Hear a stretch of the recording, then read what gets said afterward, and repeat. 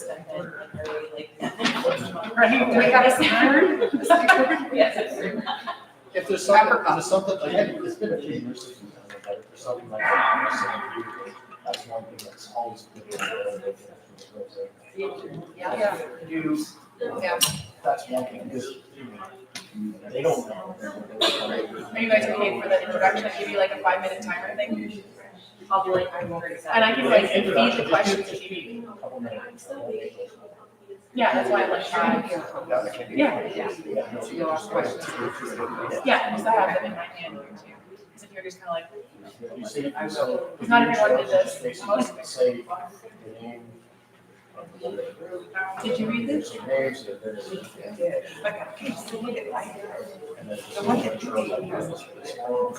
Yeah, I'm like, I should read it. We talked about that.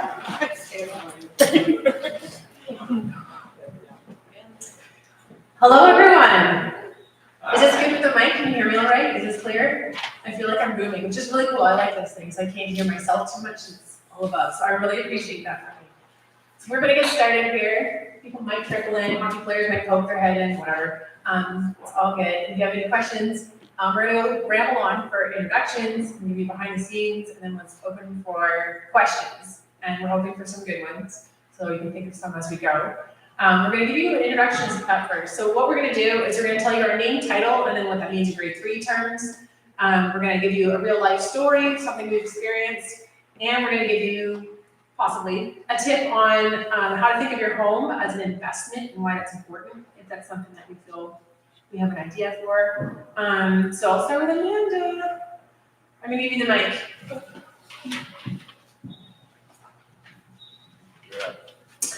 Hey, so my name is Amanda Kelman. I am a licensed insurance agent for home and auto insurance. Basically, I help protect your investment by making sure that it's insured properly and that nothing is slipped through the cracks. A real life story. I had a client a few weeks ago who bought actually an investment property, but was hoping to flip it really quick. That's not something that is my personal insurance company's appetite per se, but we work really closely with an insurance brokerage, and I was able to help him find the proper market so that he could flip all of his houses and make a business out of it. So that was kind of exciting.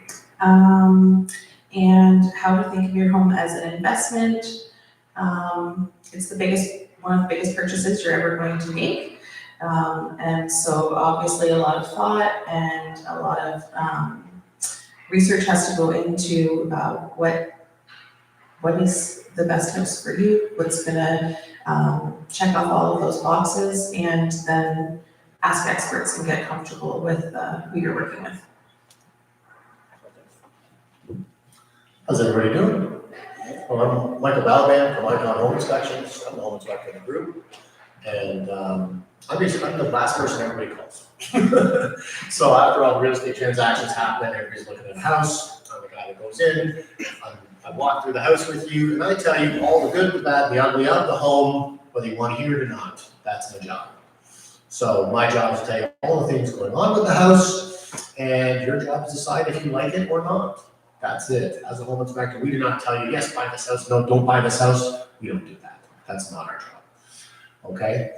A little background of me. I've been in construction since I was 15 years old. I've been a licensed electrician since I was 18, and I'm 48 right now. And I've been doing home inspections for 14 years.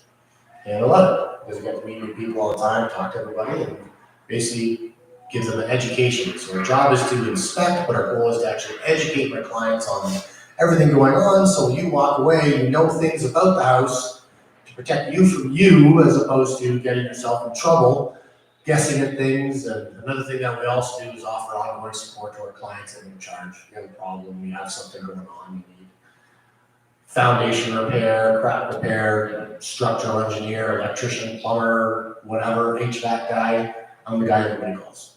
So just call me and I'll hook you up with the right people. Do not go into Kijiji and call somebody. Number one rule, never gonna work out the way you want. You're just gonna get yourself in a whole bunch of trouble. But they saved me $300, did they? Probably not. Okay, it's a mistake that a lot of first-time home buyers make. They think that the cheapest is the best, and unfortunately it gets themselves into a lot more trouble than they bargained for, and they regret it after. And then they call me after, and then usually costs them about 3 times the price it would have originally if they used a proper tradesperson or whatever to do the job. Just a little heads up for any first-time home buyers. Make smart decisions, just work smarter instead of harder. Okay? Hi everyone, thanks for coming. I'm Jacob Aitken, partner in the firm of McDonald Evenden in East London. Been practicing real estate law about 10 years. Had my own practice 7 years now. It's always exciting. I think the idea of a home inspector being where the buck stops when it comes to the physical property itself, the home itself, that's a good description. I would say for the real estate lawyer, we are the central hub for paperwork related problems. So the mortgage, the insurance, the purchase and sale contract, your city records, provincial records, and so forth, it all one time or another lands on my desk, and it's my job to have it all in one piece on your closing date. I've never done anything that heroic because I don't leave my chair for the most part. But there are little acts of heroism every day. I think the deadlines are always very, very difficult. We, just before I came here, I had a client purchasing one property, selling another. Don't do that on the same day, please. It's almost impossible. But we got it done. We finished at 4:59 p.m. The land title system turns off at 5 p.m. sharp, and my bank closes. So that gets your heart racing, and that's pretty typical. That happens a couple times a week. But there's always, there probably are some transactions that go perfectly well, but it's incredibly rare. Almost certainly something will go wrong, probably the day of. So, yeah, it's always exciting. I think that's it. Oh, okay, so one note I should make about what real estate lawyers do and don't do. I think the conception is that, lawyers negotiate contracts. A lot of lawyers do that. But in real estate, for the most part, we don't. A real estate agent, that is, I'd say, just as important as negotiation and showings and everything is writing contracts. So for the most part, realtors write contracts, negotiate contracts, and we just interpret them to the best of our ability. My name is Angela Roberts. I am a mortgage agent with Dominion Lending Centers. Thank you for having me, by the way. So I have been a mortgage agent with Dominion Lending for about 3 years now. Prior to that, I was a sales manager. So financing was kind of and I worked at the bank, so it was kind of in my blood. It seemed like the right option for me to kind of move forward here. So, what was I going to say? So a real life story. So, nothing really spectacular either, but just as far as working with the lawyer and getting. So a client had purchased a home on the 3rd, wanted to close originally on the 19th. We had to change the date so that they could go out of country, just getting the proper financing and getting out the paperwork in order to get that deal closed along with our lawyer. So that was new, but thank you for lawyers that are able to help with that. Also finding the right mortgage for that person. So if somebody is looking for, if you're a first-time home buyer, not really aware of your situation, not really knowing what you're walking into, finding the right lender and is super important. I work with 145 different lenders with Dominion Lending, so we have access not only to just those lenders, but all of their products as well. We also work with banks. There's 3 that will work in the lender, like with lenders, or with brokers in that broker portal. Scotia, TD, and BMO. We still don't work hand in hand with RBC or CIBC yet. But we have access to those three banks. Plenty of monolines, which are they're under the umbrella of the larger banks, but they also, they only focus on mortgages. So they have the ability to offer great rates, great products, as well as credit unions and private lenders. So we work with all three of them, or all of them. And so in order to just accommodate your financing needs and certainly put you with the best mortgage possible. Thank you so much. All right, so my name is Hannah Krogman. All of you know me. And I am the real estate representative. And I say it that way because there's multiple titles that we can go by. A real estate agent is someone who represents you. So I like representative the best when you buy or sell a house. A realtor should be very familiar with the housing market, who helps you make smarter decisions for yourself, who knows who else you need to talk to, and just makes the whole process a lot easier. There's a lot of moving parts in a transaction for real estate, and so a realtor helps bring it all together. They're not the center of the whole transaction in total, but they are definitely going to help you with the right people, bring you to the right place, like give you your options so you can make the best decisions for yourself. Anyways, that's a little bit later. Yeah, so I should say that now. I've got interviewing a realtor. I feel not a lot of people, but I do have a sheet on the table with helpful questions because you are hiring a realtor when you work with one. So feel free to ask questions to one or two of them. Just because they're your cousin's nephew doesn't necessarily mean they're the right fit for you. So feel free to interview them, and the good ones will be prepared and they'll have a plan for you. So that is a tip of mine. A real life story that I have is I had a friend who didn't think he could get a mortgage because he had bankruptcy in his past. And he didn't know anything about anything when it came to real estate. But because we were in the same social circle, I was in the middle of flipping a house with my husband, and I was telling some horror stories. And so that got him thinking, because later on we ended up having a conversation that he was thinking of buying a house, increasing its value by renovating it a little bit, just a little bit. And he wanted to be able to rent part of it out, so like a live-in multi-unit house. I encouraged him in that because that's a great idea. I think that's a great way to break into the market as well. But he was afraid of actually pursuing anything. So I started getting enthusiastic for him, and I started looking for him, and he ended up signing with me. And we found him a house after lots of bumps.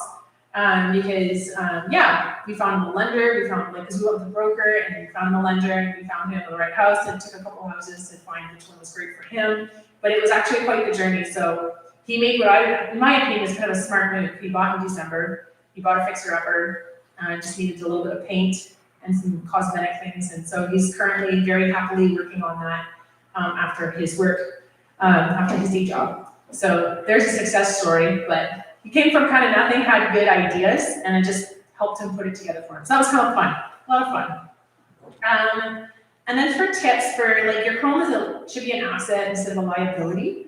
So that's like a way of thinking of your house as an investment. So 3 things that I would kind of sum it up under was how you buy your house, how you use your house, and how you take care of your house can make it an asset.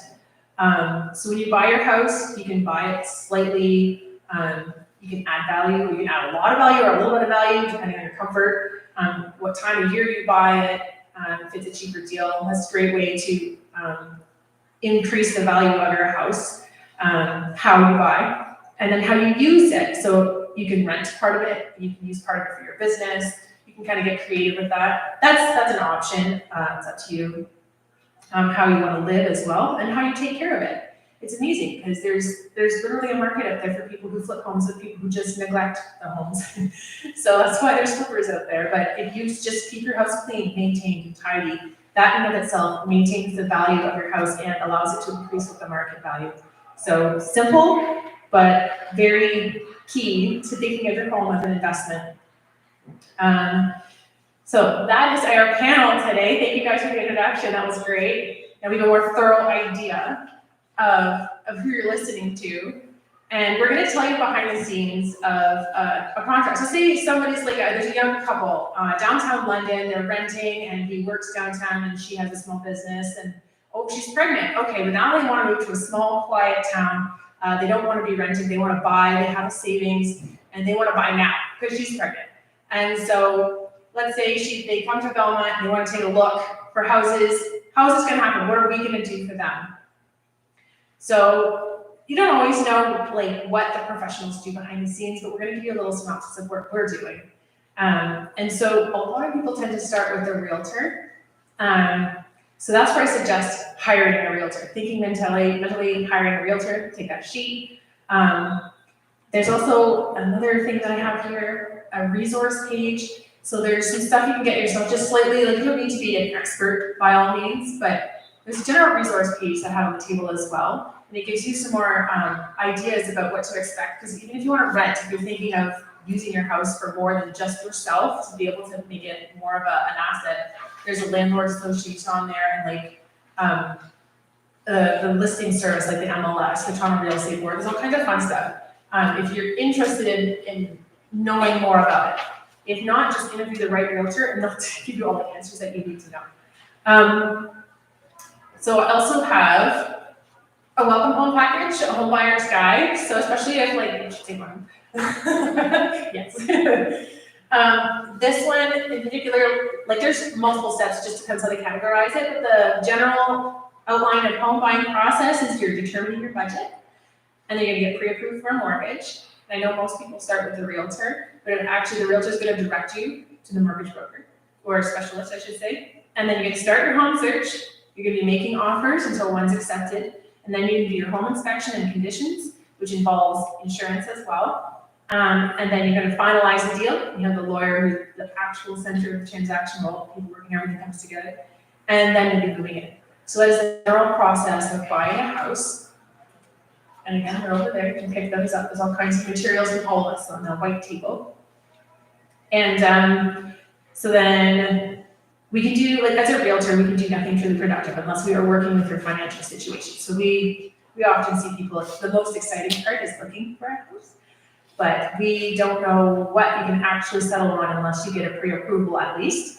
And then we'll know for sure if like this is more likely that you put in an offer that you're going to be able to get financing. As a pre-approval is not a guarantee, it's not a commitment, and she will talk more about that. And so a realtor should be connected to some good referrals, and then they'll also tip you to say, do you have a lawyer or not? Because I can give you some referrals, and because that has to go in your paperwork when you send in an offer as well. So then a realtor is going to be thinking about that, probably give you those tips. And so here you go. You get sent off to a mortgage specialist. And what's she going to say? So certainly, the first step would be to contact a mortgage agent or go to your bank and see what you can get pre-approved for. It is really important, though, that you realize that it never becomes, it doesn't become an actual approval until there is a live deal. So until you've actually purchased a home. So it is good to be prepared, though, by giving the mortgage agent all of your information. So we require a letter of employment, certainly your information as to your employment as far as pay. As far as your earnings go, we require identification. We require a letter of employment,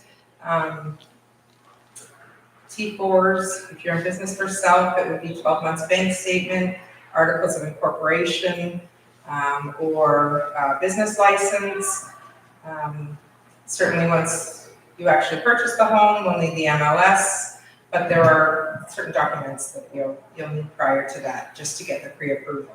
What will happen is we will assess all that information that we receive from you and then also check your credit, provided that it is over 680, we would then go to a prime lender.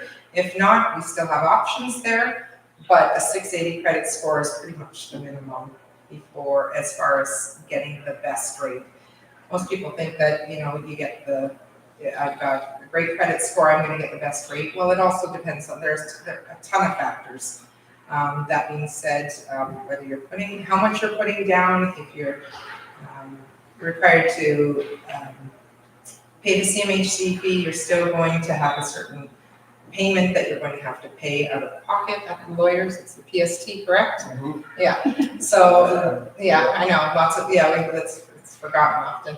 So, and the lenders will check all of that prior to you getting that approval. If you're working with a broker, they should be collecting all of that documentation from you, ensuring that, yes, that information is correct. Yes, they do make this much. Yes, they've been employed for this long. They are guaranteed so many hours per week. So with all of that information combined, you will definitely, and your credit score, you should be able to get pre-approved, but it doesn't become an actual approval until we have a live deal. So until you work with your realtor and have the agreement of purchase and sale. Okay? Questions there? Yeah, does anybody have any questions with regard to that? Okay. And say I refer to a couple of lawyers, you have an initial meeting with your lawyer, what are they gonna say? So it's pretty basic before we have an offer on the table, but I would definitely want to make sure there are no tricks, no problems. We talk about Canadian residency or citizenship. The law's constantly changing on that lately for non-residents. Talk about marital history, especially first-time home buyers. That can get a little tricky if there's been a previous separation or divorce, lived in a home with a spouse before. So just want to go through the fine points on that. And then we want to kind of boil down. We'll have some numbers already, an idea of a budget, cash on hand, down payment, income, and what they might qualify for. I can probably narrow that down a little bit more and give a quote for legal costs and legal expenses too, which might depend on the kind of property. But that's really not much. It's probably a half hour or less, or a couple of emails, and maybe refine that budget a little bit, and maybe a few things to watch out for specific to the case. But let me just pitch for real estate agents, mortgage agents, which is, if anything, when a new client comes to me, I'd just be exasperated that they don't have a real estate agent and a mortgage agent already. Because why not? They're essentially free. If you're buying, they're basically free. There are some cases with more sort of specialized lenders, right, that don't pay commission to mortgage agent, where the borrower might pay the commission. That's pretty rare for a first-time home buyer. Real estate agents, seller pays all of that. So you work these people, you can take up a lot of their time, and someone else is paying for it, and then you can take up less of my time as a result. So it's usually bouncing back, but hopefully by the time you've spoken to me, you've got professionals in place, got a good idea of a budget and what kind of property to look for, and then it's time to look at listings, right? Exactly. Right. Then it's go time, and everyone gets happy because this is what everyone's been looking forward to. They've been already looking at houses on everywhere. This is where okay, now you can actually give me all the details if you haven't already. So I'm gonna be looking for the ownership, location, big dreams, non-negotiables, number of bedrooms, all the details. What are you looking for? And we kind of hone it in because now we have a budget to work with, and we know you've got everything set in place. So once I have an idea, I'll arrange a day or half a day with a bunch of houses within that criteria to say, well, let's go see if you do like these homes, and let's go see if I have anything right now that you're able to take a hold of if you like that. And if not, I use that data to hone in on, we didn't realize that you like this type of hallway or that kind of closets, walk-in, or details that maybe you don't necessarily know to think of. And then I could probably use my creative thinking, my colleagues, my team, and we go hunting for you. We go hunting everywhere. It's fun shopping for other people. And when you have an expert who's living in that world every day, then it's really nice to have someone on your side that knows the market and knows what's possible with what you want. And so, yeah, like places that we look for a couple of examples, of course, realtor.ca. I have a listed app, there's social media, private email lists of off-market listings. They're not always like the garage sale, you're not always getting the bargain, but you never know what pops up. I have a few of them I'm connected to. Colleagues and team, it's great as realtors to be connected because they can work with each other because they also have their circles. People I keep in touch with, I offer to them and ask them. I may go door knocking to go find a seller. Does it, like, whatever it takes to go find a home. And then realtors are connected with an app called Broker Bay, and it helps us to communicate and safely enter homes and keep in touch with the other seller realtors. And I'll set you up with one home, and that's something that your general criteria is emails to your inbox, and if I find anything specific, if I go hunting for you specifically, then I'll send those as well. And so the hunt is on, and you're going to look for things. So I'm always watching to see how I can serve you best, and because you don't always know what to ask for or what the options are, and so I'm looking for opportunities to keep you informed and help you make the best decision possible. You're hiring me, and you're the boss, but I'm also going to be the expert for you and give you advice, and it's up to you whether to take it or not. And I will help you to the best of my ability to make you a smarter person in the market. So when it comes to offers and negotiations, it depends on the market, it depends on so many things. And every listing goes up with a pricing strategy, whether they are intentional about it or not. And so I can probably see that or talk about that with you. And so how we offer whatever price, and it's not just about the price, it could be something that's on the property. You could put in there like, oh my gosh, I love their living room furniture. That is not a negotiable thing if somebody's open to that. It's just all these things are open when you're looking for a house and want to put in an offer. Negotiating is a bigger thing than you might think it is. And so then we leave the expertise of negotiating to me and my colleagues, and we know how to communicate with each other. I've probably interacted with a lot of these realtors before, and so hopefully you're relying on the rapport that we have with each other. And so then in our world, we make sure that you get what you need, first and foremost, no matter what. So everything that happens, I keep posted on every offer. There's tons of communication that goes on behind the scenes, and I let you know what you need to know, and I make sure that I'm doing everything that you're telling me to do, plus all the expertise that we offer. But again, ultimately the final decision is up to you. And then we have, let me see, I did this too. The search begins. And then I go this way. All right, so say you put in an offer and it was accepted, huzzah. And so then now we have, it's typically 5 days where we have to get the conditions. Typically there's 3, typically you need a home inspection, and he's gonna set the stage for everybody else. You need to get home insurance all set up, and he's gonna help so you know what to tell the home insurance, and she'll tell you everything about that. And then you need to talk to your lawyer and let them know. That's a lot of my job, but let them tell you what goes on behind the scenes. So let's see, you go hire a home inspector. All right, as the home inspector, so first off, there are good home inspectors and there are others. So ask your home inspector questions before you hire them. Whether it's me, whether it's another home inspector, there's no licensing for home inspectors, not in Ontario. So you get what you get. Make sure your home inspector has experience in what he's doing so that you can hire the best home inspector that will suit you and look out for you, okay?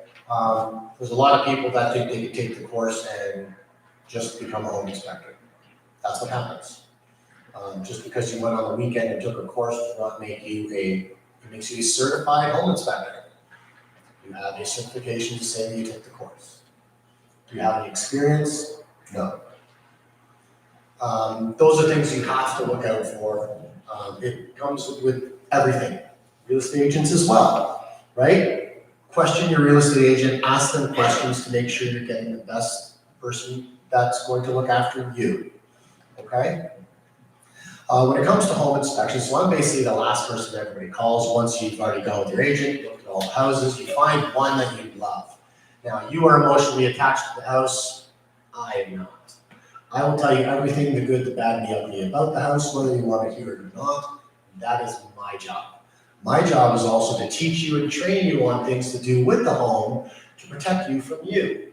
So whenever I do home inspections, I always like to teach people 4 things that I always teach everybody. 1, the furnace switch stays on at all times. It is the most ridiculous thing ever, but it costs people $300 every time when it's 3 o'clock in the morning on a Saturday night and your kids were playing and they turn the switch off and your furnace doesn't work, and then you call your HVAC guy, he comes over to your house at 3 o'clock in the morning and he goes, click, forget about us. I showed up. Come on, man, you're only here for 2 minutes. Hey, don't be mad at him. Then your kids turned off the switch. He showed up. You got heat now? Yep. Wait a minute. Don't be mad at him because he did his job and you didn't know. That's number 1. It's so ridiculous. It's so easy, but it's little things like that, which, if you're ignorant and you don't know, is very easy to cause. Like, if you can wait till the morning, that would be better. It's not an after hours call. However, if you're going to wait till 3 o'clock in the morning and it's 2 degrees in the house, you're going to call him. You don't really care what it costs as long as you have heat. Yes? Question, sir. Why do they always have switches? It's for the service guy. Oh, okay. It's just so that they don't have to follow it back to the panel and start flicking breakers and turning off things in the house. It's just so if there's a service guy, there's a problem with it, they can just go click, turn it off so they don't go in there and the fan turns on and they come back with those. So a homeowner has no good reason to turn it off. No, absolutely not. The only place you operate your furnace is from the thermostat. Yeah. Okay? I So could that's never do that. I know, some of them are pretty confusing now, right? So that's my number 1. Number 2 is the water heater. Now, this is also another thing that I like to teach people. So, water heaters, this is an insurance one. I don't know if any of you knew that your water heater, if it's more than 10 or 12 years old now, your insurance company wants you to replace it, or if it leaks and floods your basement, they go, how old's your water heater? Well, it's 15 years old. Not our problem. Okay? It's one of those things that they put in there that unfortunately most people don't know. And above a water heater, there's always a shut-off valve to turn off the cold water feeding that water heater. So if you wake up one morning, there's no hot water, first thing you do is scream like a girl in the shower, right? And you go, first thing you're gonna do is go look at the tank. So you go look at the tank, and if it's leaking, what is the first thing you're gonna do? Shut off the water. Don't just call the plumber and I'll be there on Tuesday, it's Friday, right? You're gonna sit there with towels and buckets for 3 days until the plumber gets there? No, but that's what people do. Always turn off the water first. Always stop the flow of water. You don't know where the valve is? Find it. Because when people go into panic mode, everybody's brain shuts off, and everybody becomes kind of stupid, right? It's just what happens when you go in panic mode. If water's leaking and you come downstairs, you're standing in an inch of water and it's hot because it's coming out of the hot water tank, people go, oh my God, and they run away because their brain isn't working, and next thing you know, more damage is happening in the house. It's little things like this, like I especially like to teach first-time home buyers to protect them from themselves, like I said, okay? Number 3 is your main water shutoff valve in your house. The main water shutoff valve should always be accessible, should never be covered with all kinds of crap or whatever, or have a door closed where you need a tool to access it, because say it's a screw in there, well, it's only one screw, you'll never find that screwdriver that you need when there's water pouring in from the ceiling, because of a pipe cracked. You'll just never find it. You know how ridiculous it sounds? You will never find that tool. You'll be looking everywhere. You know where it is, but your brain shut off because you're in panic mode, and you can't think. So, main water shut off. And another thing, another insurance one. Your main water shut off valve. When you go away on vacation, did you know that your insurance company says you must have somebody inspect your house every 48 hours and have it documented? You like that? That's the get out of jail free card. If you have somebody, you can lie to me all you want. I'm gonna have somebody inspect the house every 48 hours. Lie to me all you want. However, when you go away on vacation, what you're gonna do is you're gonna shut off the water and drain all the water lines in the house. Because then there's no water in the house if, say, for example, we have a power outage for 3 days. What happens to water? What happens inside the house? In the middle of winter, minus 40 outside, we have a power outage for 3 days. Is your furnace gonna work? Gets pretty cold in the house. What happens to water when it freezes? It expands, right? What happens when it expands in a copper pipe? Right. And what's going to stop the water when you're on vacation? Good answer. Nothing. Absolutely nothing, right?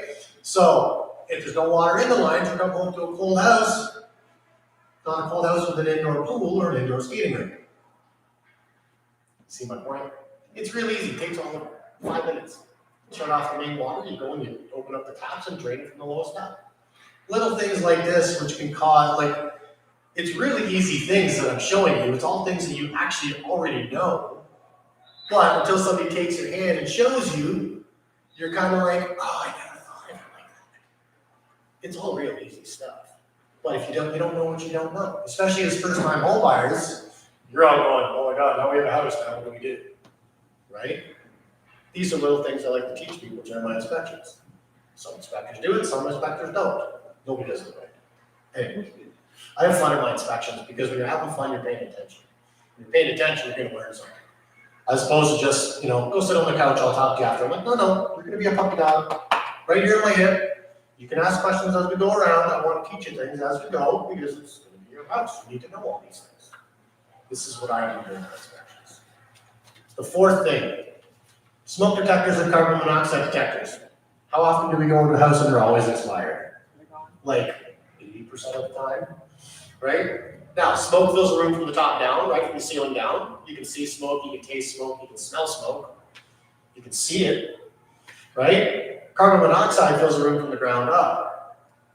You can't hear it, see it, smell it, taste it, feel it, nothing. If you're lying downstairs watching TV and you fall asleep, where's your head? Down here at the ground. Your carbon monoxide detector and smoke detector is on the ceiling. So if the room's filling up with carbon monoxide, what's it going to hit first? Your head, right? It's going to hit you before it hits the detector. So any floor you can fall asleep on, I want one carbon monoxide detector plugged in down low. With a forced air system, yeah, it circulates, however, I don't care. You can do you. I make all kinds of recommendations. You can do all the things I tell you, or none of them. It's your choice. But I try to give you all really, really good suggestions to do things to make things just safer and better for you and your house. Now, when a carbon monoxide detector goes off, what's the first thing you do? Anybody know? First thing you do. Absolutely. Well, to get out of the house. That's it. You get up, take everybody you like with you. Got that? Okay, get up, get out. First thing you do. Remember, carbon monoxide is a poisonous gas. I don't care how tough you think you are, it's tougher. It will kill you. You go to sleep, you don't wake up. Right? Get up, take everybody you like with you, get out of the house. That's it. Don't be a superhero. There's no prize for being the tough guy trying to check stuff out and you didn't make it. Well, guess what? There's no prize for that. Get up, get out. And once you're all safe, you got your family, you're all sitting there safe in the car. What do? You just sit there and wait? You gotta call somebody. Who do you call? Ghostbusters. No, who do you call? You got it. Fire department. You know the number for the fire department around here? Anyone? 911 is the only number you call. Absolutely. You think it's a trick question, but it's not. Remember, panic code, brain doesn't work. I say it like that for a reason. They're not trick questions. Nothing I told you was tricky. You know everything already. But until somebody points it out and shows you these things right in front of your face, you're like, oh, I didn't even know that. It's little things like that which can make a big difference and make things this safe as opposed to, let's hold on to the house. Those are some of the things that I do in my inspections. Not every inspector is going to do their inspection differently. However, I want to try and teach you guys as many things as I possibly can in the 3 hours. So basically a home inspection, I always book 3 hours for a home inspection, depending on the size of the house. We're typically done in 2 hours and 20 minutes. However, every inspector does their stuff differently. And every inspector's reports are different. I design my report so anybody can understand it. There's pictures, photographs, arrows. like picture with a comment as to what's in the picture with arrows pointing to what we're talking about. You can't understand that, it's really difficult to make it any easier. It's really, really easy to do my reports. Not everybody has the same reports, some people have binders, some people, I've seen other reports and I can't understand them and I'm home. So those are other things that you'll have to take into account. Another thing, yeah, go ahead. Are you wet certified? I do not do wet inspections. What I do is I refer that out. The reason is this. I mean, well, actually, I am wet certified, but I don't do it. So I can go on the weekend and take a course and get wet certified. I've never installed a fireplace, I've never serviced one, and I've never maintained one. You would pay me $150 or $200 to do a wet certification, which would be me looking at it and going, well, it looks all good, whatever. Or you can pay a wet certified guy that installs them, services them, and maintains them all the time, the same money, and guess what? He'll do 1,000 times better job than I would, because he knows all the little nooks and little crannies and little things that I wouldn't know from just taking the course, because he's seen thousands of them. I always refer the best people out for the job, whether it's me or whether it's not. I stay in my lane. These are the things I know, and I am best at it, as opposed to, I'm not gonna give you the foo-foo, and yeah, I can do this, and no, I don't do that. I will call this guy, he's my wet inspector, call him, he'll do the wet inspection. That's what I do. Yeah. No problem. Good question. Also with wet inspections, there's a good one for you.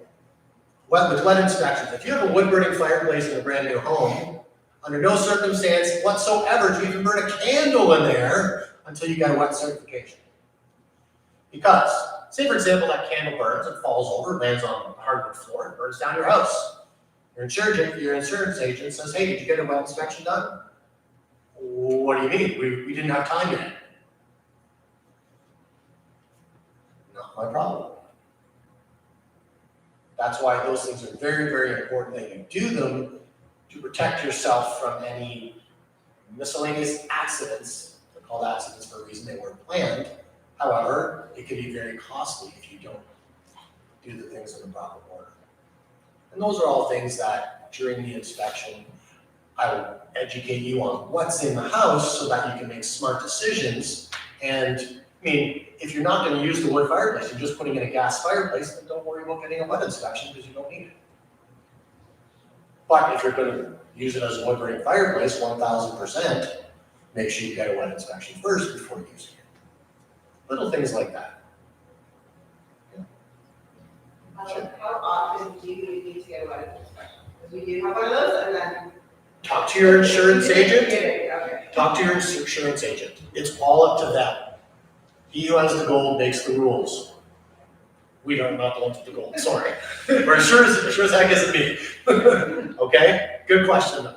And that varies from insurance company to insurance company. Some are every 5 years, some are like, yeah, just use it as long as you get it. When you first move in. Does she have an answer for that? Do you have an answer for that? Sure. We like them every 3 years, but again, like Michael said, it does depend on your insurance company. So just your insurance representative is going to be the expert in that case. Good question. Does anybody else have any other questions? All right. Because then you have to go get your home insurance set up. Then next thing you do is you have to get your own insurance. Take it away. It's all yours. We're a lot nicer than he makes us sound. Well, I'm just trying to, that's all the little things that most people don't know. It's true. So one thing I will say is for first-time home buyers, if you are working towards buying a home and you are currently renting, I can't stress enough that it is invaluable to have a tenant's package now to cover your contents. It will at least get you an insurance history, and it may make you eligible for discounts, like a claims-free discount if you've had an insurance package for your contents for a few years. It just helps that, even that little bit when you're a first-time home buyer, and it just stretches your dollar a little bit further so that we can get you a better rate. Anyways, that being said, when you get to the insurance portion of the chain of events, yeah.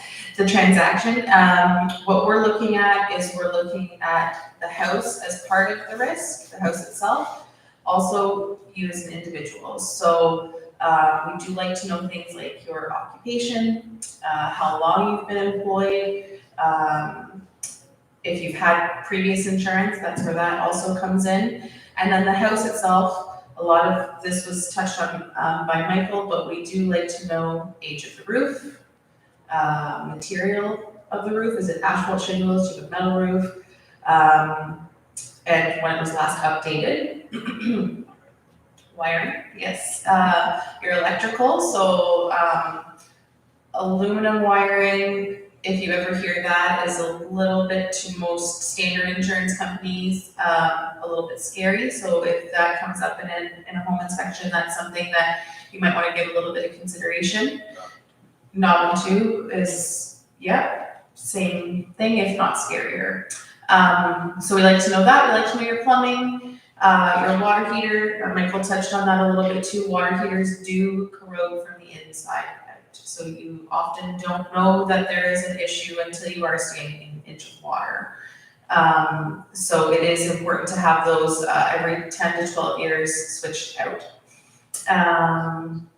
Plumbing, electrical, roof, heating. So we like to know, when your heater, all of these, when they've been last updated, your furnace, what kind of fuel you're using, whether it's natural gas. We now have these hybrid mini split situation. Yeah, heat exchangers. So heat pumps is the newest technology. So yeah, so that's what we're looking at. And then once we have all of that, it really paints kind of a picture for us of how well was that home maintained by the previous owners. Who are the insurers that we're offering to cover here? Like, what are they in terms of risk, and what is the home in terms of risk? At that point, once we've collected all of those details in terms of an application, we gather all the information, we send it to underwriting, which is they get to make the choice of whether they're going to accept the risk as it is, whether they're going to reject the risk because there's something that they don't like about it, or whether they're going to accept the risk with conditions. So for example, yes, we're going to accept this risk, but the roof is 20 years old, we might have to put an exclusion on the roof so any claims that may have been as a result of the roof being in disrepair, that might not be covered until it's been replaced. So yeah, and then once we have an application signed, everything is bound, then I send what's a confirmation of insurance letter over to the lawyer, and that will be able to facilitate the transaction for the sale to go through. Any questions?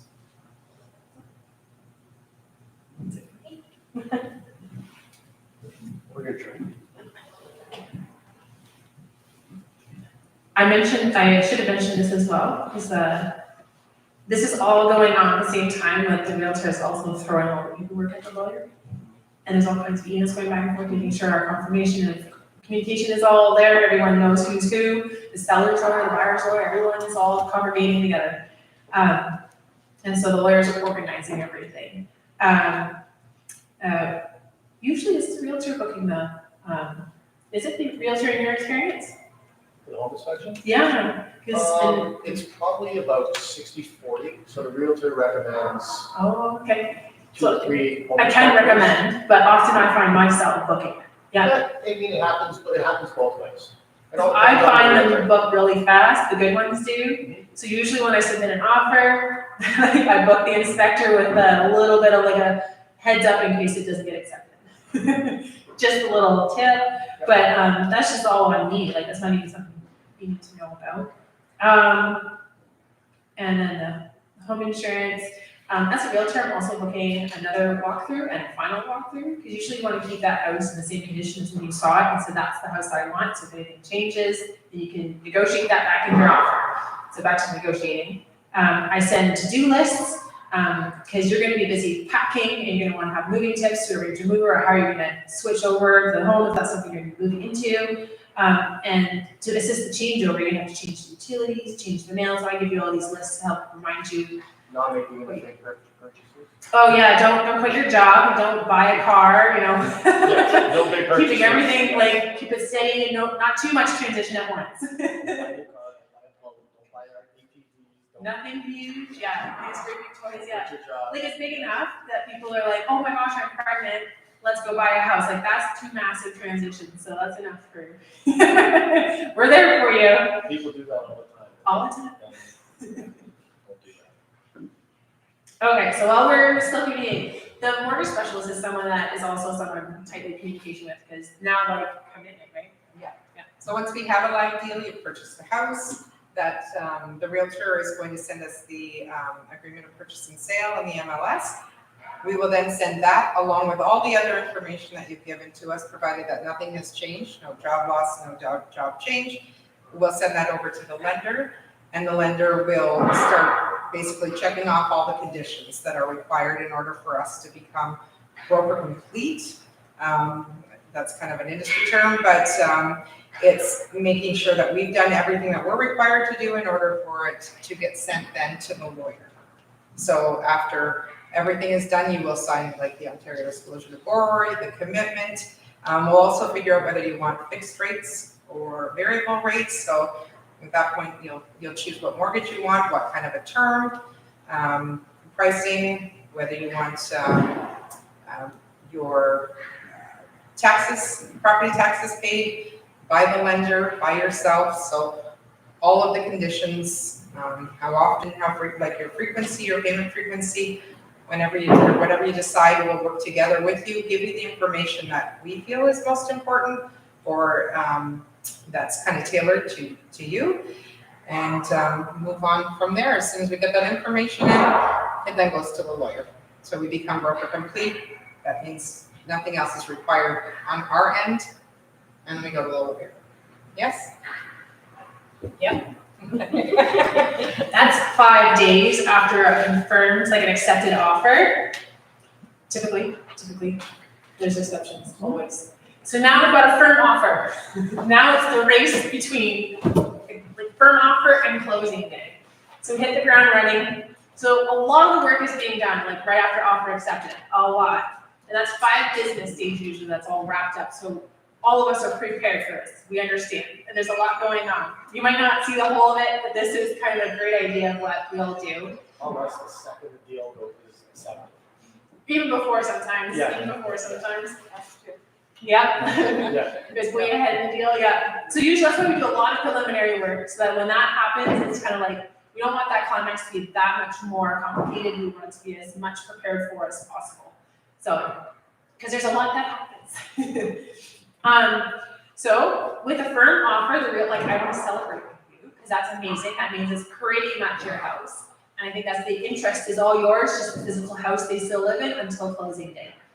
And so then we will check in with you every so often, and we do the final walkthroughs with you. We're your accountability partner to the end, but the transaction does not revolve around the realtor. Even though we might have been your primary contact until now, as soon as it gets really close to closing day, right, it's not me anymore. If there's any changes that need to be made, the lawyer is the boss.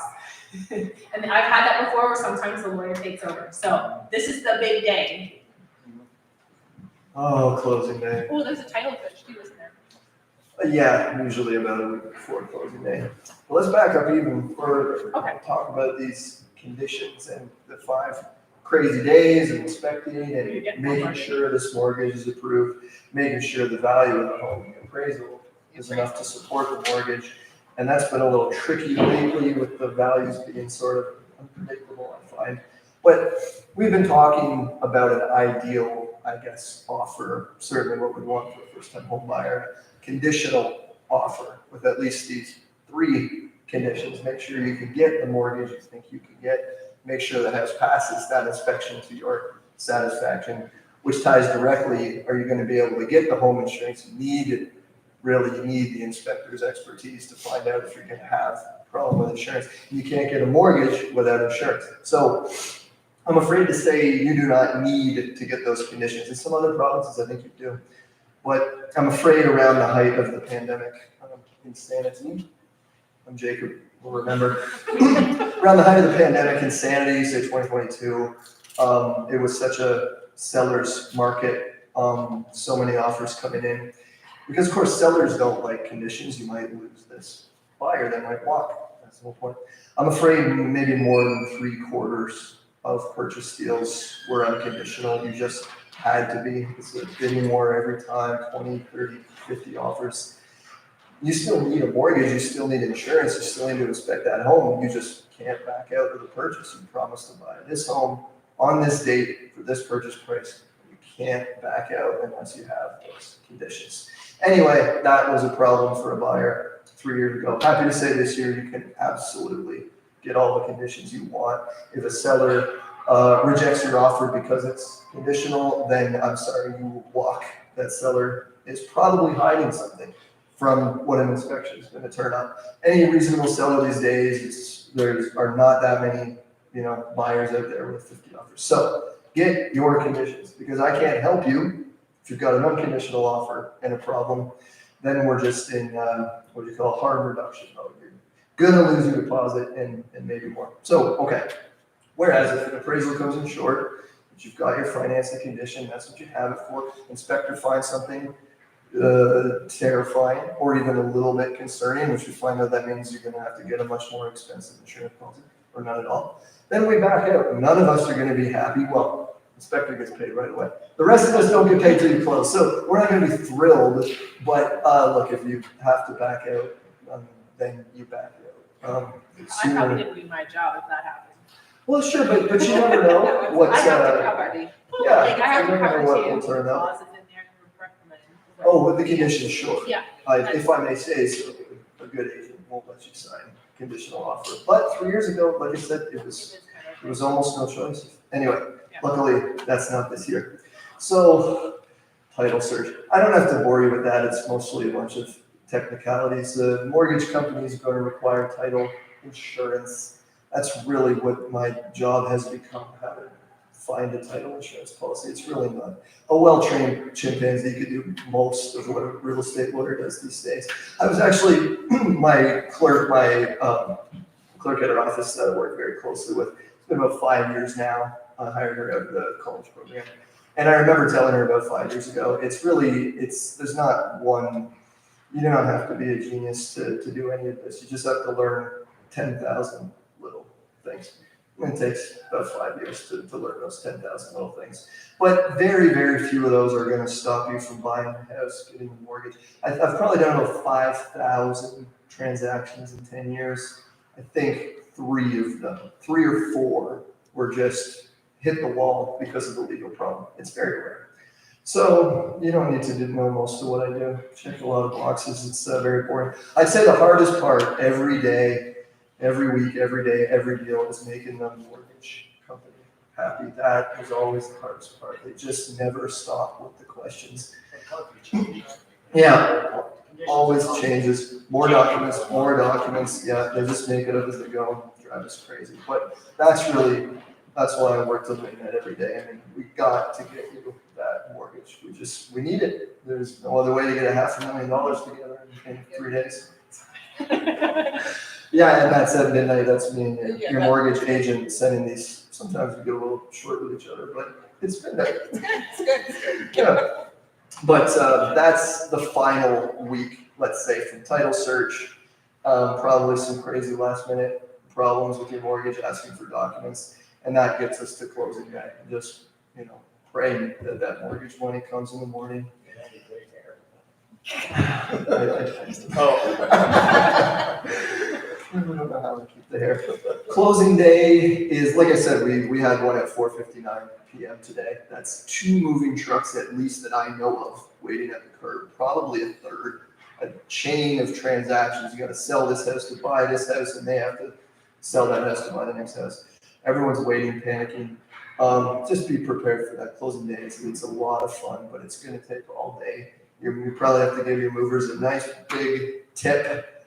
Maybe have some beer on hand for them because they'll be working into the evening unloading your stuff. It's just the reality these days. a certain green colored bank who I shall not single out in this discussion, sent me a mortgage at 4:30 p.m. last week. Here you go. We've got to get it to my account, to the seller's lawyer's account, clear it, registered. We did it, but that's just how it is these days. So closing day, you will lose your mind. Try to stay calm. Trust the people you're working with. There's nothing you can do. Just sit there and wait for your phone to ring. So just wait and try to breathe, and we'll get it done somehow. What else? Wrapping up. I don't know. That's about it. You'll either come to my office to get your keys, or the agents, hopefully, we love this, or the agents will have a little box at the house. So I call you with the code, and you triumphantly ride up to your new house, and the code will probably work.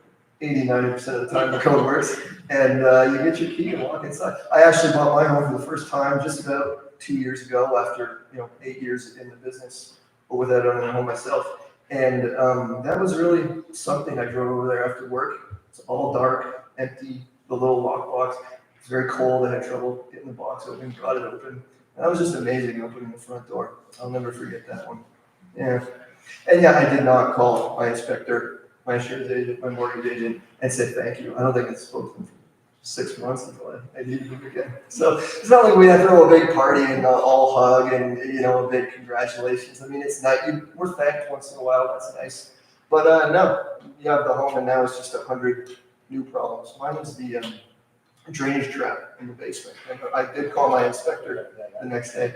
Very worried about this just evil smell in the basement. I said, well, the assailant moved out a while ago. Maybe the trap's dry. I said, yeah. I said, what does that mean? What's the trap? Yeah, you got me down there. So, yeah, call us if you need help after. And that does happen, right? The relationship does stay intact. I find there's always just maybe it's once a year, maybe several years, but always hear back from my clients about maybe it's another house, or the mortgage company sent them a letter that made no sense. Likewise with your new insurance policy. Yeah, it's nice to stay in touch and see the homes kind of and the families grow. I love it. I love this job. Yeah, that's my last note. For real estate. Yeah. Can we just say thank you to everyone for sharing this with us?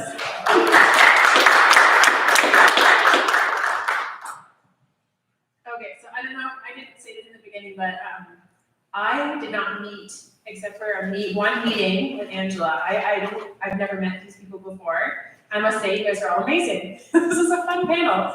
You're very organized. Yeah. This is my first seminar, so thank you. I will continue. It's organized. I try to keep them informed. No, it's good. You're on the right, you're on point. Okay, so it looks like we're gonna have to do this again, and you have to invite more people, and we're gonna have to look for like more jokes and more stories, because those seem to be the most fun. Yeah, and then we learn, because we're having fun. We're gonna take that and fly with it. That's right.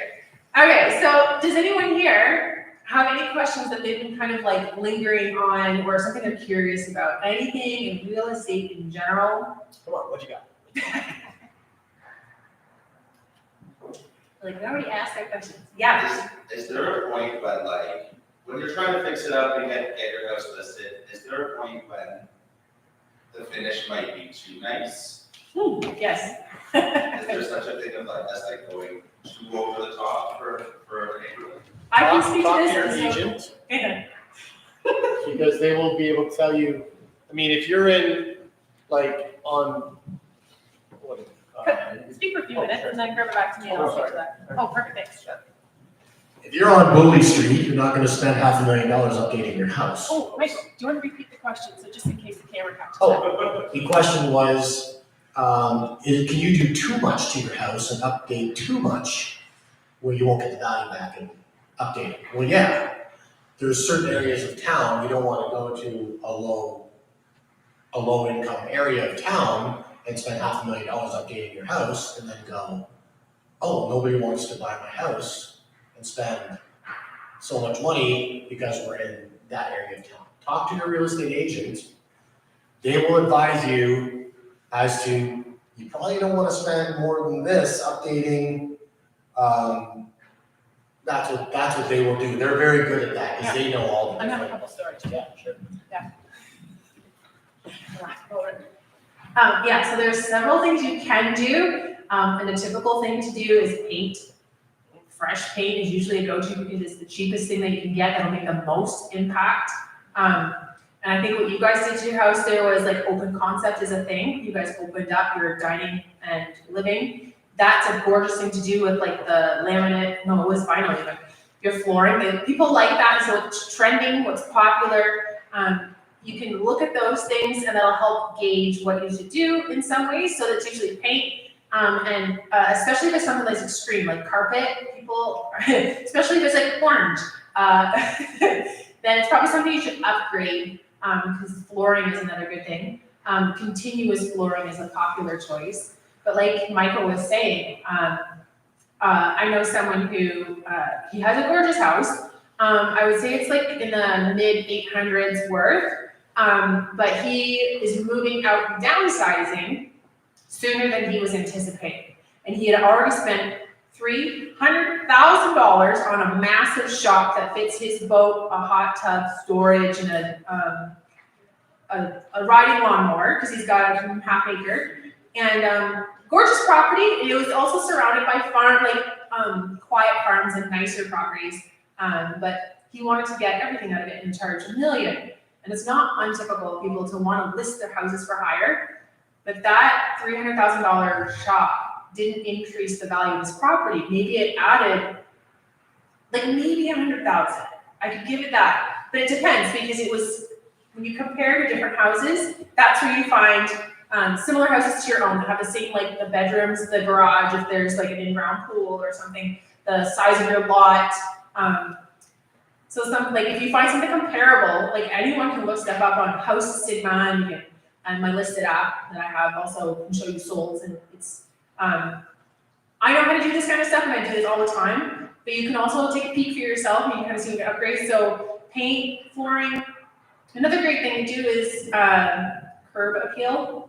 I find a lot of people make the houses look amazing. They paint it white and pot lights and all that kind of stuff. Those are really popular, amazing things to do that are pretty basic, not too expensive. But and then they leave their house exterior yellow and brown. So the interior looks amazing. So there are great things you can do that overall have a nice theme. So again, paint the outside at least. And the other thing too is like you can change light fixtures and faucets, those types of things. You don't necessarily have to get whole new cupboards and redesign your kitchen and bathroom. So those are massive. They're not cosmetic. They're more, they're not as cost effective necessarily, unless it's like ridiculously outdated, rotting, that kind of stuff. But yeah, it's very niche. It's very dependent on what's trending and what the comparables look like. You can definitely upgrade to a point. And adding a massive shop on everybody's, it just depends, because the value is determined by what someone's willing to pay. And so that's why you're looking at comparables. So it doesn't necessarily matter how much money you put into it. Somebody might not pay for it, but then they might not pay as much as is comparable because it's got like brown walls inside or green walls and they don't like the color. If you want to make it just appealing to the masses, you look at what's trending. But I hope does that answer your question pretty good? Yeah, that was great. Thank you. Okay, awesome. Any other questions too? Yes. Just a little comment on that, big shop building or whatever. You can win the lottery and find a buyer that wants that more than that. Yes, you can win the lottery and find a buyer that wants that specific shop. You just never know. Usually, like if you're looking for that one buyer, you see some houses on the market for months and months and months and months. They're looking for that one buyer. And it does seem like there's a threshold, like anything under $1 million is like, people are buying those faster. Above $1 million, they tend to be a lot slower. You're looking for the right buyer. These people can take their time. There's a lot more houses available, and they tend to have a pickier criteria of what they're looking for. So, because they can. Question for the mortgage, how much should I put down for down payment? So you're a first time home buyer? Yeah. Oh, how much should you put down for, Just yeah. anywhere between 5 to 20%. Yes, so 5% is definitely like the bare minimum. But if you want to put down 20, all that does is take away the CMHC fee. So you wouldn't be paying the default insurance if you put down 20%. Anything above that, of course, you're not paying that, but up until that point, you're paying the CMHC fee. which at closing, you will have to pay that HST. So, no, PST, thank you. Upon closing. So Does that change the mortgage payment? No? For the what's that? the monthly mortgage payment? The more you put down, absolutely, it will change your mortgage payment per month. Also, you can, if you do have to utilize the CMHC, then you will, that can go on to your loan. So it will just increase your mortgage amount. Okay? Yeah, but 5%, there's lots of incentives for first-time home buyers. You get that up to $4,000 for the tax, the land transfer tax. Now you can use up to $60,000 per person that's on title as an RS, like from your RSPs, to put down as a down payment. If you're building a new home, if you've got a new construction, up to 30 years amortization. Or for our first-time home buyers as well, you can still utilize the 30-year amortization. And also the incentives. But for first-time home buyers, yeah, there are quite a few. Yeah. If you're not a first-time home buyer, yeah. You can still utilize the 30%, the 30 years if you're switching, transferring, whatever. But it is, yeah. So there are new rules now. So, and if you want to use your RSP or gifted down payments, we're seeing a lot of that. It's about 24% of gifted down payments these days. So, yeah, it's quite high. It is quite high, yeah. So you will need a gift letter from any family member now. It's not just parents. You can utilize it from any family member, and you'll also need just their financials as well. And it needs to be proven that it's been in an account, in an investment for 90 days. So you just need proof. Thank you. We need to prove everything.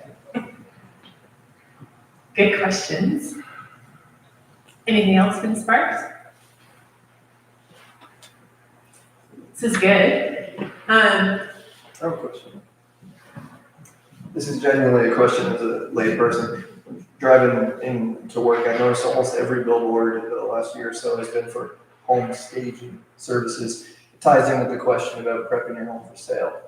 And I've occasionally had issues at closing where the staging furniture wasn't picked up in time for closing, but that's, a one-off. But what I fail to grasp is it really worth it? The way my brain works, I see a bunch of fake furniture, decor in a home.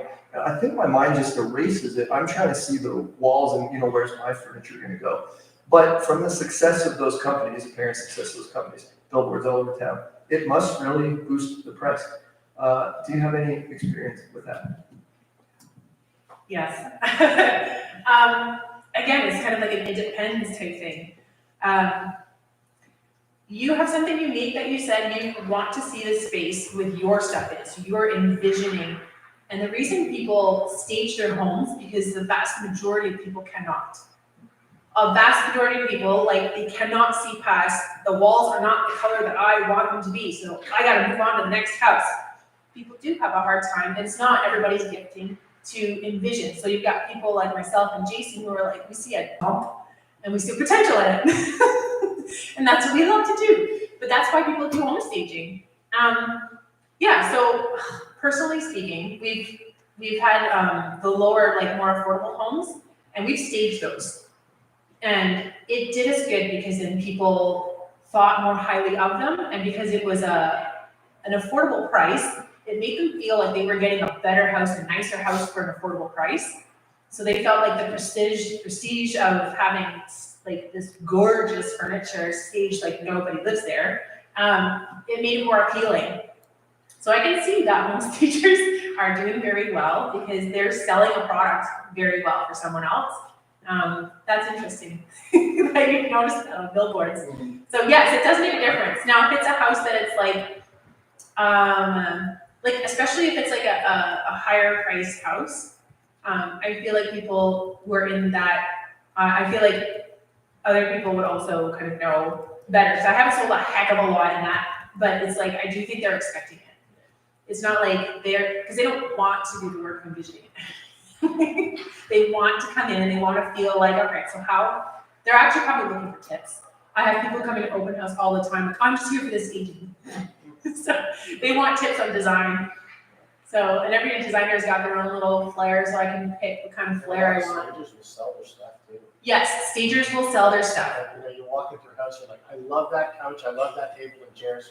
Yeah. Ask. What's It's the a worst thing thing. you can say? No? Like I said, with negotiations, it's Yeah. like, yeah, maybe the stager will throw something in there too, you can buy it off of them. Yeah, I've had it where somebody, The artwork on the wall.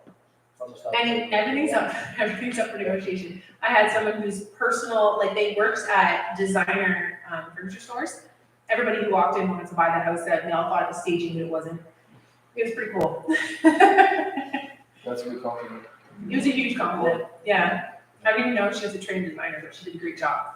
And that's, I find, more rare, so people love designers. Yeah.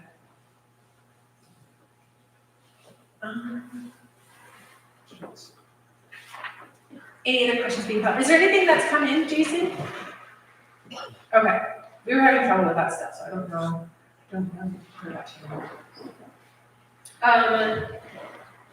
We just have to do another one there. We will have to do another one. I was just wondering if there's, oh my gosh, I had questions here too. I might pick one or two off of here. Where are we at the time? We're doing really well. I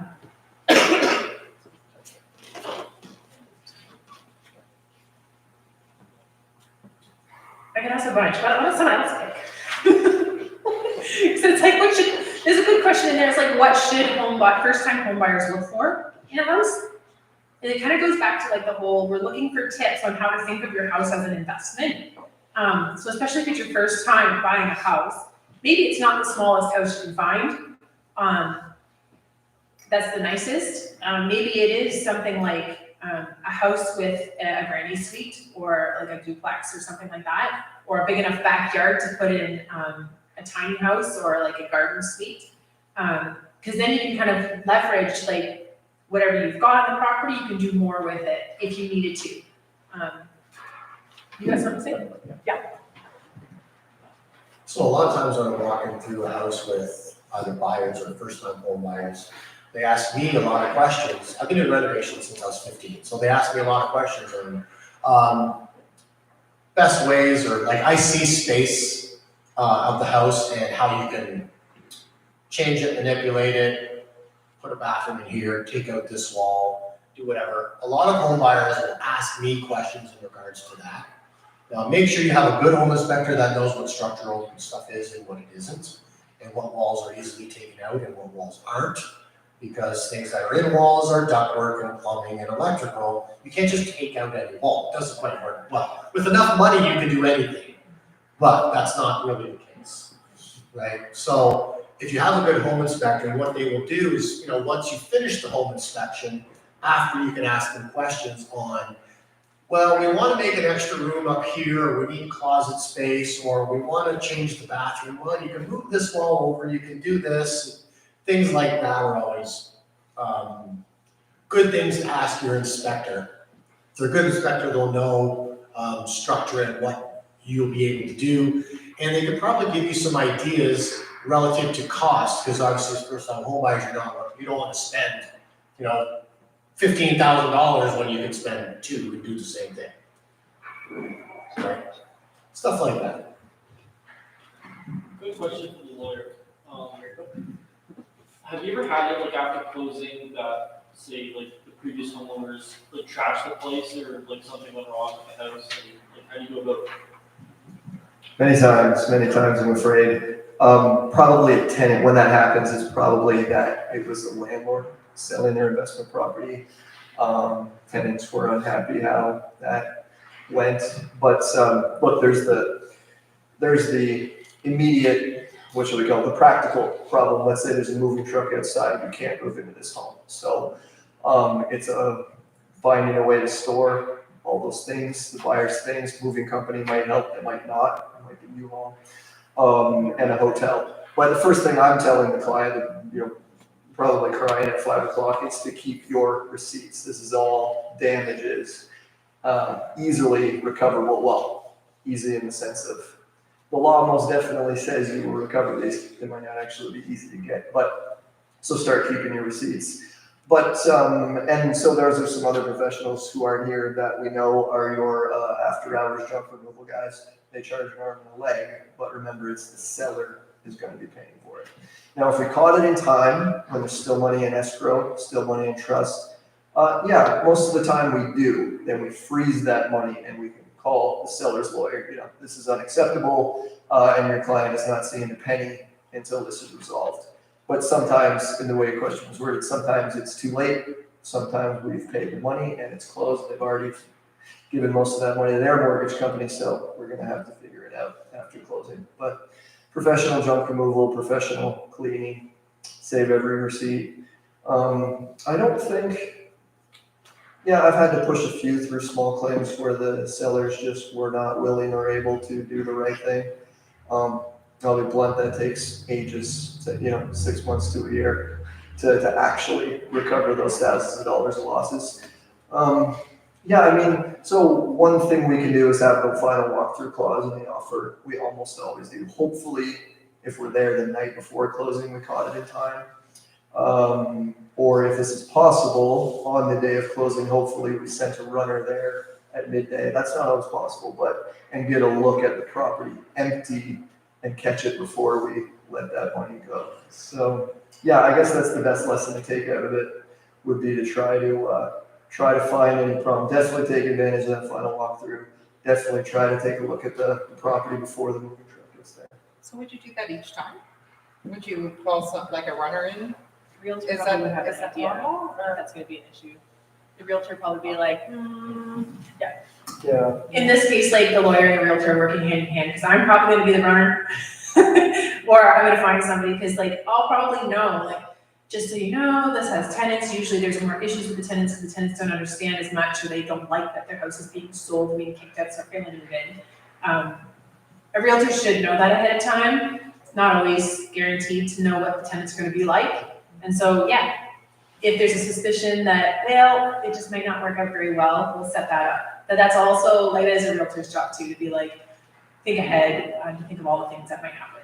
Usually set it up the day before close, too, right? For your final walk. The final walkthrough the night before, Day yeah. before, right? Yeah. And that's how you probably know there's a problem. Yeah. Because why haven't they moved out yet already? Or the house is already trashed. Where's the boxes? Exactly. Yeah. So hopefully we'll catch it early. I'd say the biggest problem, again, back to the 2022 heyday, was the unconditional offers and sight unseen buyers who say out of Toronto trying to buy in this area.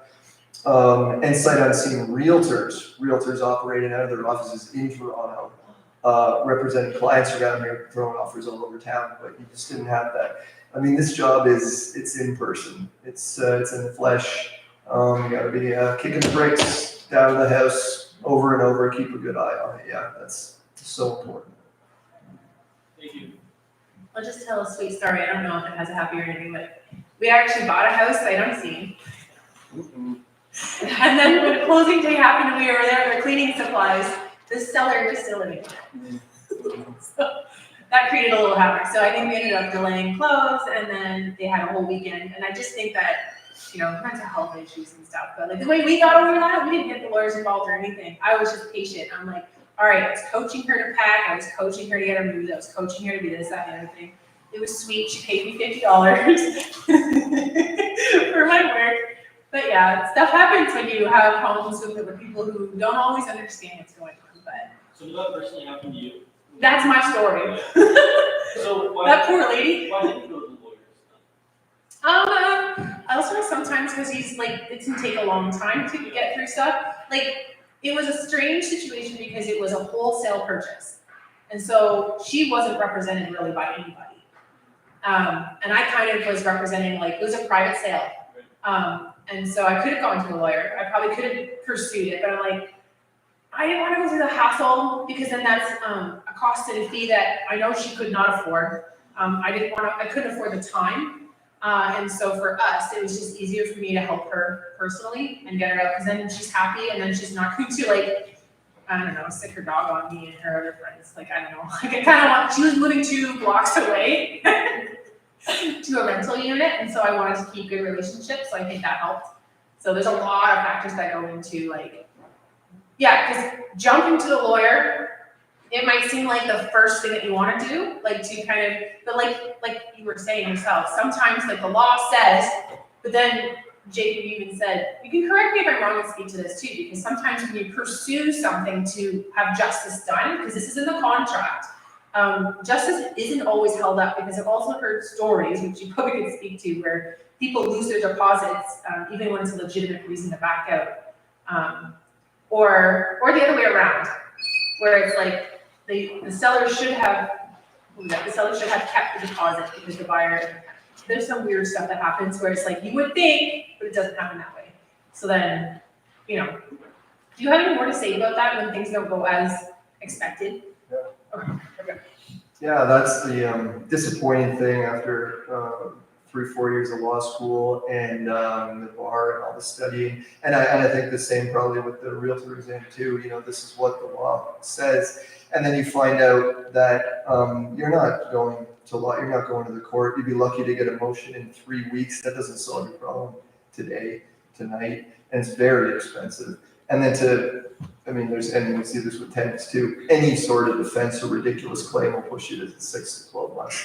So it's just not, if it's personal, for a first-time home buyer, you're not putting your life on hold for a year or two to have the law solve a legal dispute. If you're an investor, there's no business case to be suing anybody. That's just a loss. That's a huge loss of time and money.